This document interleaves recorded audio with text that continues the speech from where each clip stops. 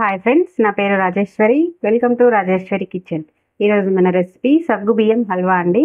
ఎలా తయారు చేయాలో చూద్దాం రండి. ముందుగా 1 కప్పు సగ్గు బియ్యం అండి. ఈ సగ్గు బియ్యాన్ని 2 సార్లు కడగాలి. శుభ్రంగా కడిగిన తర్వాత ఇందులో 1.5 కప్పు నీళ్లు పోసి నానబెట్టుకోవాలండి 5 నుంచి 6 గంటలు. సగ్గుబియ్యం అండి 8 గంటలు నానిన తర్వాత ఇలా ఒత్తి చూస్తే మెత్తగా ఉంటుంది. స్టవ్ మీద కడాయి వేడి చేసుకొని అందులో 1 కప్పు చక్కెర వేసి మీడియం ఫ్లేమ్ మీద క్యారమిల్ రానిచ్చుకోవాలండి, మధ్య మధ్యలో కలుపుతూ. ఈ చక్కెరలో నీళ్ళేం వాడకూడదండి. ఈ చక్కెర లోపల ఉన్న తడితోటే క్యారమిల్ తయారవుతుంది.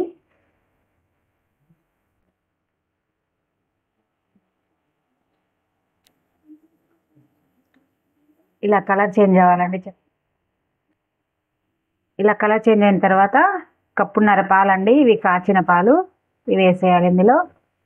స్టవ్ సిమ్లో ఉంచుకొని క్యారమిల్ పాలల్లో కలిసేలాగా కలుపుకోండి.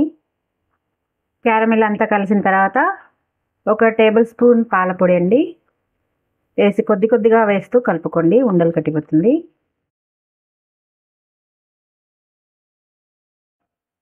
పాల పొడి అంతా కలిసిన తర్వాత నానబెట్టుకున్న సగ్గుబియ్యం ఇందులో వేసేయాలండి.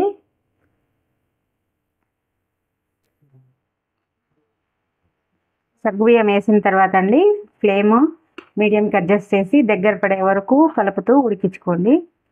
ఇలా కొద్దిగా దగ్గర పడిన తర్వాత కొంచెం యాలక పొడి అండి వేసి ఒకసారి కలుపుకోండి. ఈ టైంలో మీరు తీపి సరిపోదు అనుకుంటే అడ్జస్ట్ చేసుకోవచ్చు.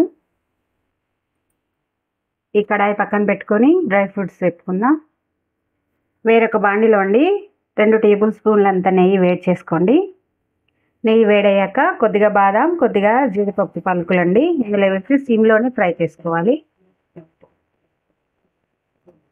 జీడిపప్పు, బాదం ఇలా ఫ్రై అయిన తర్వాత కొద్దిగా ద్రాక్ష అండి, ఇవి కూడా వేసి ఫ్రై చేసుకోండి.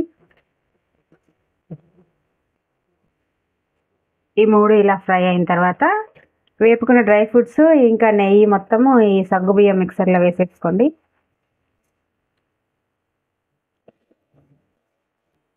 స్టవ్ సిమ్లోనే ఉందండి, ఇదంతా ఒకసారి కలిపేసుకోండి. ఈ సగ్గుబియ్యం హల్వాకి డ్రై ఫ్రూట్స్ ఇంకా నెయ్యి కలిసేలాగా సిమ్లోనే కలుపుకోండి.